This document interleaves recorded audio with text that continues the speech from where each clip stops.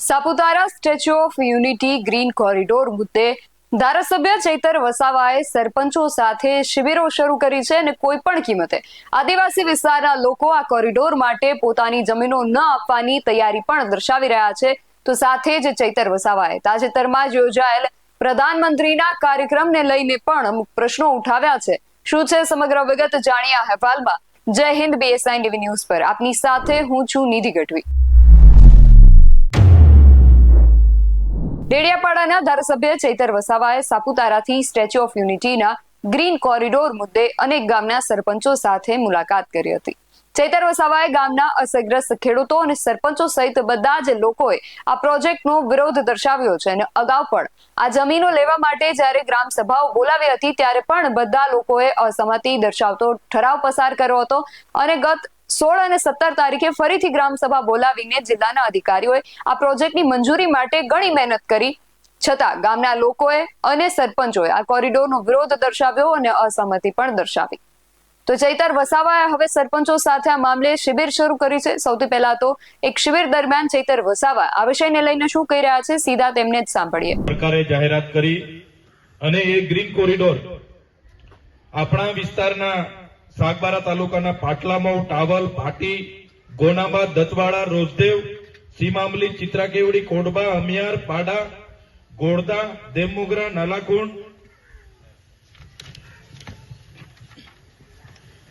અને ડેડિયાપાડાના દાંડાવાડી, મોરજોડી, માથાવલી, ડાબકા, પીપલોદ, વાઘુમર, પાનખલા, માથાસર અને સાંકડી સહિત ગરુડેશ્વરના પણ 5 ગામો આવે છે. મોખડી, ઝરવાણી, ધીરખાડી, થવડિયા અને ગોરા. તો આટલા ગામોમાંથી જે ગ્રીન કોરિડોર પસાર થવાનો છે, ગ્રીન કોરિડોર એટલે કોઈ નાનો રસ્તો નથી, મોટો રોડ છે. એના માટે સેન્ટરમાંથી ગઈકાલે અમારી મીટિંગ હતી ત્યાં જે ચર્ચા થઈ એ પ્રમાણે કે સેન્ટરમાંથી 30 મીટર બંને બાજુનું જમીન સંપાદન આમાં થશે. તો કોઈની 1 એકડ હોય, 2 એકડ હોય ને વચ્ચેથી રસ્તો જતો હોય તો એની તો 1 એકડ 2 એકડ તો એમાં જ પૂરી થઈ જાય છે.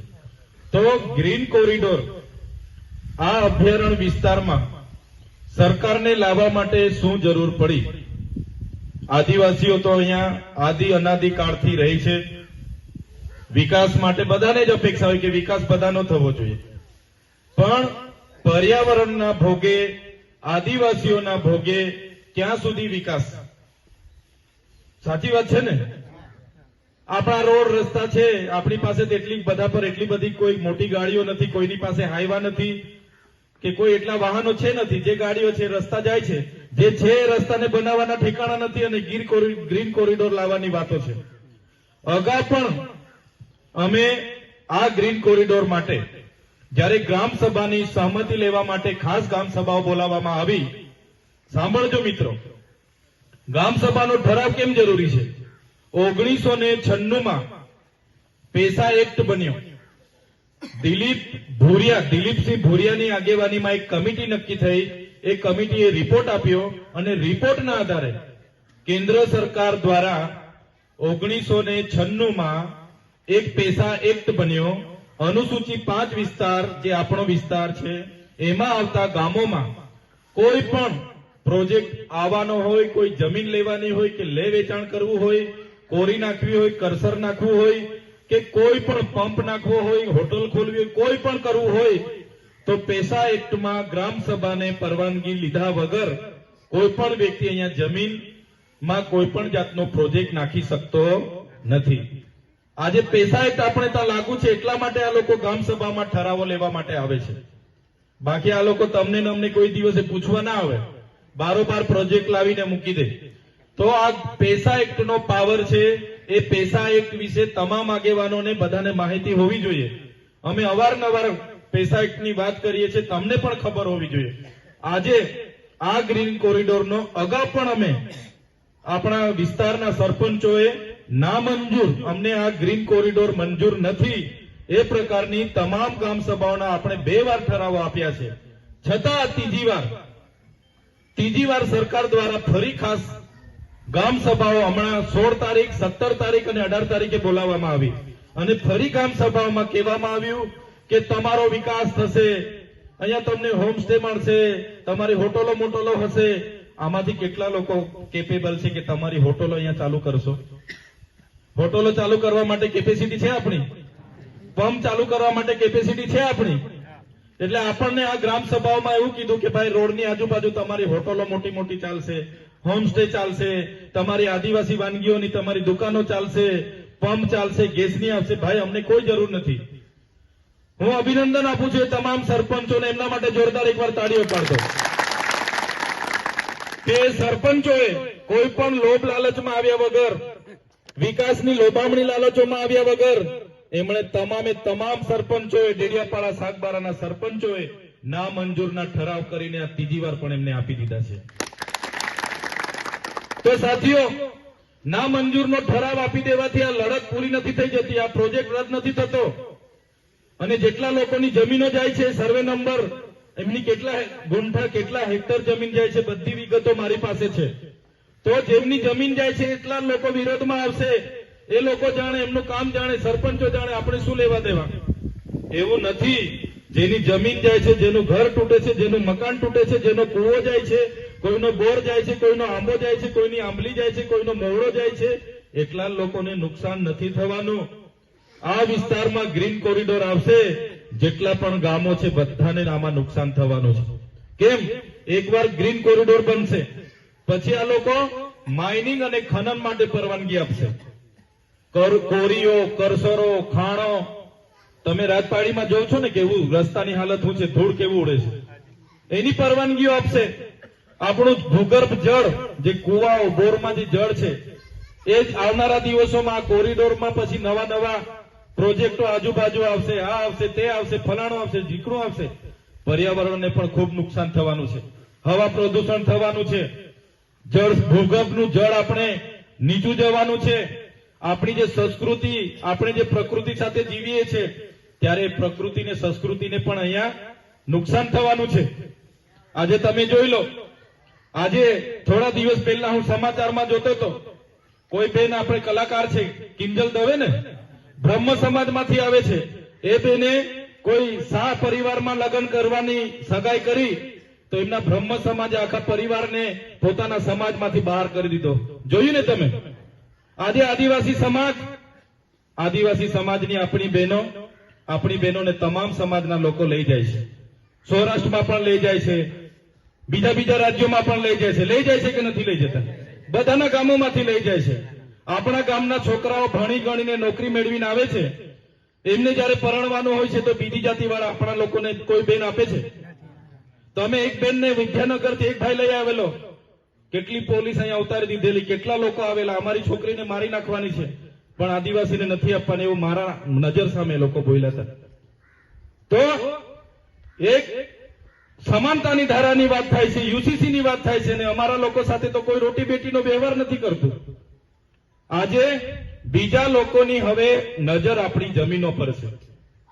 આ ગ્રીન કોરિડોર કઈ તમારા મારા માટે નથી બનાવવાના કે ચૈતરભાઈ ને આદિવાસી લોકો આ રોડ પર ફરશે એટલે આપણે બનાવી આપીએ છીએ. એવું લાગે છે તમને? આ ગ્રીન કોરિડોર તમારા અમારા માટે બને છે? બહારના લોકોને અહીંયા લાવવા માટે બને છે. આવનારા દિવસોમાં સોસાયટીઓ બનશે. માલસામોટમાં ગયા વર્ષે વન મંત્રી મુકેશભાઈ પટેલ, યાદ છે ને બધાને, 400 કરોડનો પ્રોજેક્ટ લઈને આવ્યા હતા. 302 એકર જમીન હાઉસિંગ સોસાયટીને આપી દીધી છે. પૂછી લો આ માલસામોટ વાળા, ટેટાભાઈ ને આ બધા સભ્ય બેઠા છે. 302 એકર જમીન, જે આપણા લોકોના ઘર છે, જુવાર કરે છે, તુવેર કરે છે, મકાઈ કરે છે, ડાંગર કરે છે, એવી 302 એકર જમીન આપણા લોકોની હાઉસિંગ સોસાયટીઓને બારોબાર આપી દીધી. કોઈ ગામવાળાને નહીં પૂછ્યું, કોઈને નહીં પૂછ્યું. ત્યારે આ જ પ્રકારની આ સરકારની વૃત્તિ છે, ત્યારે એની સામે આપણે એક થવું પડશે. આપણી સંસ્કૃતિને બચાવવા માટે, આપણા દેવસ્થાનોને બચાવવા માટે, આપણું જંગલ બચાવવા માટે, પર્યાવરણ બચાવવા માટે આપણે બધા એક થવું પડશે. તૈયાર છો ને બધા? આવો ડોક્ટર સાહેબ, કોઠારી દાદા આગળ આવો. આપણી વચ્ચે આપણા સામાજિક આગેવાન અને પ્રોજેક્ટ મારા લેવલે મેં રજૂઆત કરું છું, સરપંચો લેવલે એમણે ઠરાવ કરીને આપી દીધા, પણ આ સરકાર માનવાની નથી. એને આપણે બધાએ ભેગા થઈને મોટી સંખ્યામાં એક દિવસે વધારે દિવસો આપણી પાસે નથી. આ લોકો કામ ચાલુ કરવાના છે. અહીંયા પાટલામાં સુધી આવી ગયા છે. પેલી બાજુથી કરતા કરતા પાટલામાં સુધી આવી ગયા છે. અને આ પ્રોજેક્ટમાં તમે આજે પણ લખવાના હોય તો લખી રાખજો. આ પ્રોજેક્ટમાં ગઈકાલે જ અમે બધાએ મીટિંગ કરી. કલેક્ટર સાહેબને મેં કીધું, સાહેબ અમને ડીપીઆર પ્લાન આપો. મારા ખેડૂતોની તમે જમીન લેવા માંગો છો તો મારા ખેડૂતનું કાચું ઘર તૂટશે એના શું વળતર આપવાના છો? પાકું મકાન તૂટશે એનું શું વળતર આપવાના છો? મારા ખેડૂતની રેવન્યુ જમીન તમે લેશો, મીટરનો શું ભાવ આપવાના છો? મારા ખેડૂતની સનતની જમીન આમાં લેવાના છો, એને મીટરનો શું ભાવ આપવાના છો? મારા ખેડૂતનો આંબો આમાં જવાનો છે, હાથ તૂટવાનો છે. મારા ખેડૂતની આ પ્રોજેક્ટમાં મારા ખેડૂતનો બોર આવી જશે, રસ્તામાં કૂવો આવી જશે, શું વળતર આપવાના છો? સરકાર પાસે કોઈ વળતરની જોગવાઈ નથી. મફતના ભાવે લેવાના ધંધા છે. તમે બધા સહમત છો? આપવા માંગો છો? મફતના ભાવે આપવા માંગો છો? એટલે વિકાસ સાથે આપણને વાંધો નથી. આપણો બધાનો જ વિકાસ થવો જોઈએ, પણ આપણને શું જોઈએ છે એ સરકારે આપવું જોઈએ. આપણને બિનજરૂરી સામાન અહીંયા આપવાની વાત છે અને પર્યાવરણના વિનાશ, આદિવાસીઓના ભોગે વિકાસ આપણને જોઈતો નથી. ત્યારે સરપંચો એમની જગ્યાએ એમના ઠરાવો લખીને આપ્યા છે, એમને અભિનંદન આપું છું. પણ જેટલા ખેડૂતોની જમીન જાય છે એટલા ખેડૂતો નહીં, પણ જેટલા ગામો છે બધા જ ગામના લોકોએ આવતીકાલે જ પ્રાંત અધિકારીની કચેરી ડેડિયાપાડા પહોંચવાનું છે અને આ પ્રોજેક્ટ રદ કરવા માટેની તમારી માંગ તમારે બુલંદ કરી દેવાની છે.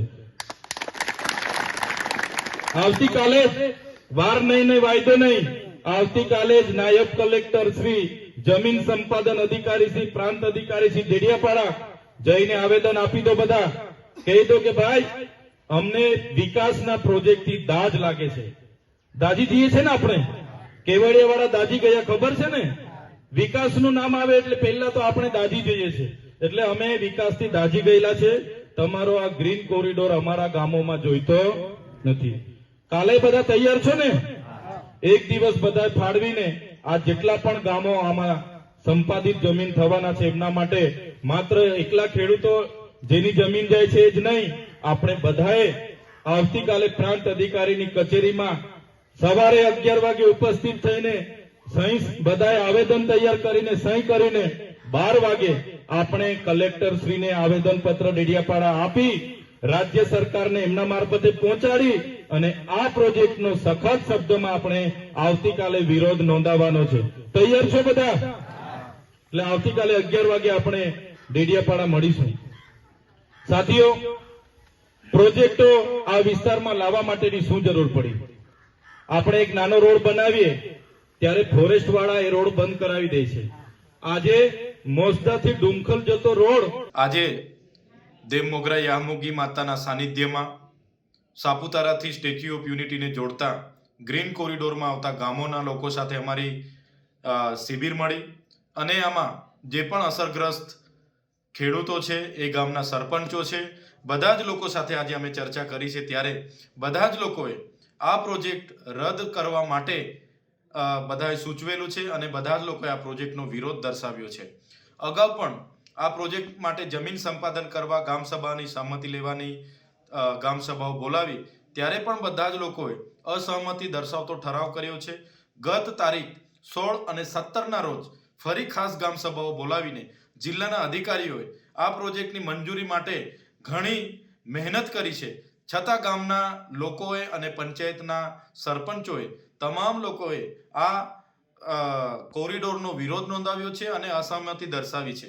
ત્યારે સરકારને અમે કહેવા માંગીએ છીએ, અમને વિકાસ સાથે વાંધો નથી, પણ અમારા લોકોને શું જોઈએ છે તે પ્રકારનું કામ અહીં આપવું જોઈએ.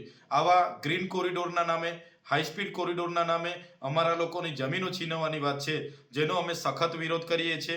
અમે એક પણ ઇંચ જમીન હવે સરકારના પ્રોજેક્ટોમાં આપવા નથી માંગતા. અમારી પ્રકૃતિ, અમારી સંસ્કૃતિ, અમારું પર્યાવરણ અને અમારા આદિવાસીઓનું અસ્તિત્વ બચાવવા માટે અમારે જ્યાં પણ લડવું પડશે ત્યાં અમારે લડવાની તૈયારી છે.